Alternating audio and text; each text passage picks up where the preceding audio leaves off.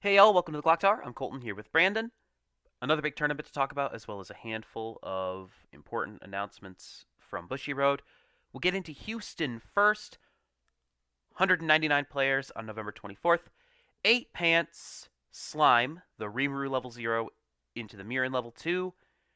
Carmen from Pittsburgh Weiss Schwarz gets the dub. A well-deserved regional title and a free trip to Japan for him. Definitely congratulations to him. Looking forward to hanging out with him when I'm in Philadelphia in a couple of weeks. But yeah, he's got a video on the deck. We'll link it in the description. You should go check it out. It's very best cards slime, like Advantage Engine into Rimuru, into Mirren. It's good stuff. Second, Watame Marine. Cigarettes on Choice into Marine. It's Hololive 1K1 good stuff. Then SDS Hendrickson. Then Mila Mirren Slime. We've seen this list before. Or something, the level 1 Milam on Salvage that bounces back row zeros. Can disrupt some level 0 games, such as Rimuru and Elizabeth. Rounding out top 8, Chloe Marine, a standby Mirren Slime, Bochi the Rock, and another Hendrickson. Top 16 included 3 more Hendricksons, another Slime, our first Azure Lane, 8-bar Cats, our first Sword Art, I think it's our first Sword Art, Zekken Last Shot. It's an old list that just kind of hangs around, and especially now that the field is bigger for Top Cut, we're going to see a lot more of this kind of stuff. Stuff that's more volatile, right? Has a lower floor but a higher ceiling. And on its day can absolutely grab an X2 or an X1 and find its way into Top Cut. That's what we see here. And finally, a pair of rubies, one of which is your normal choice standby, highlighted by Chairman. He has a deck tech on that. We'll link that in the description as well. Congratulations to him on the top. The other one runs the choice into the Shuffleback standby, into a Pants level 3 that both mochas and fixes your trigger. Fun list. I think it's a good way to get some more value out of the Pyrrha standby combo. But yeah, other than, I think, Last Shot probably being the weirdest thing here, nothing super unexpected, I would say. 199 players, like we said. I think this pretty much demonstrates to us, though, that it is still Slime and SDS that are the most dominant decks in this meta. We see 4 Slimes and 5 SDSs. So over half of tops those 2 lists.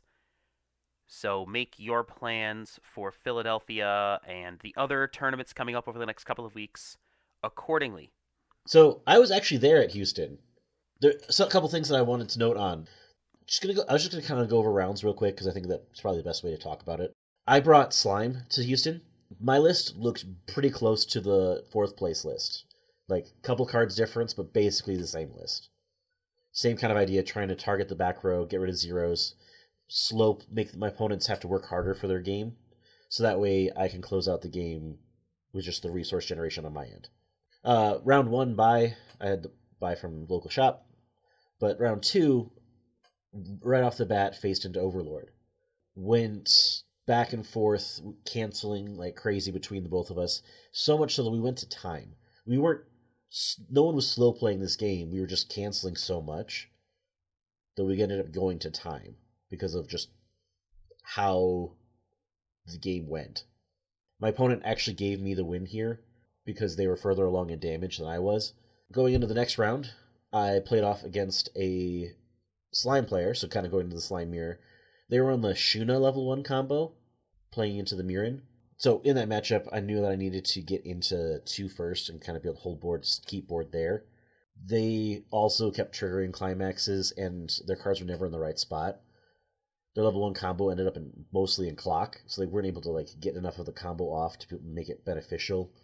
Because I got to 2 first, they weren't able to establish Mirren board, so I basically was able to establish Mirren board, combo a couple times with Mirren to be able to get the advantage there to close out the game.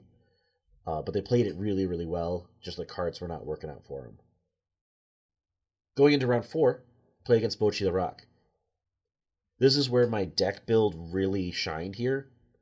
was because it was very anti-Bochy the Rock. Bochy the Rock wants to have its back row brainstormers up so it can get the additional card advantage to keep going. And its top end is really susceptible to memory kick counter. Both of those things came into play here, able to memory kick his top end when he gets to 3, taking out his back row so he has to like play from behind early. I got to 3 first. I pushed him, but I knew he had the right amount of climax spot that he would have to work hard to get his endgame combo going, because he would need to get the climax. He wasn't able to draw into the climax because of how I did the damage. So he actually had to like dig pretty deep to make that happen. Memory kick counter saved me an additional instance of damage, despite him potentially swinging for lethal on his final swing. So I canceled the lethal swing, and I denied an extra burn 3 that would have gone through. The deck build kind of came in clutch there. Going into round 5, I ended up playing against Overlord once again, this time against Jason from Strictly Broken. This was another crazy game of canceling. Early, as he was getting ready to go into his Overlord turn, I was able to build up enough stock because of canceling early that I actually ended up stock swapping him to be able to force the refresh to make him try to have to play from behind. From there, he was actually able to the 5-card brainstorm 3 different times to still end up with 2 Eins and 4 markers on that follow swing. So it was like he was still able to get through it, but he had to burn so many resources and burn through the deck to make it happen. So like he was able to kind of come back from that, but it was a really just interesting mechanic that he had to actually like work through. It actually have to spend time to make that happen and spend resources to make that happen. From there, we continued to cancel and cancel until realistically I ran out of gas and he was able to get the burns needed to close out the game. Round 6 against Oshinoko, another real close nail-biter game. We were going back and forth that whole game, and I just didn't have enough. He had enough and was able to go in for the swing and get it going. So, good job for him. My last round, my deck did not want to do anything. It said, who needs cancels? We don't need those. I was able to like get my deck to a decent deck state at the end, so it was like 7 out of 21, and then 8-6 off top. But that was my Houston rounds. That being said, there was a lot of Overlord in the top tables. An entire row of like 8 games in a row was Overlord decks in that kind of round 5, round 6. So like they were all just outside of that top cut range. And actually we see that with the representation from Houston itself, where of the top 4 represented sets, Overlord was the 4th most represented set. It's been 2.5 years of waiting for it to do something. To almost contradict that, while outside of top 16, it didn't make top 16, the rest of Overlord was basically just underneath that and below. A bunch of it basically was the biggest X2 deck from what I could see from my experience there. I think we've seen enough events where Overlord is well represented but does not top. Like this is a repeated pattern over time. Like we talk about sample sizes a lot. Overlord's been in this meta for multiple years through multiple ban lists, and it isn't doing much. It has 3 tops this season in 4 events, all of which have had at least 100 players. I think there's enough data to say that Overlord is definitely not top tier. This is a show me season for Overlord. At some point, you've got to actually get the job done.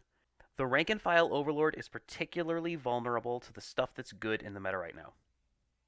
Now you have stuff that specifically doesn't let Overlord do its thing, that now you have to deal with in Swiss.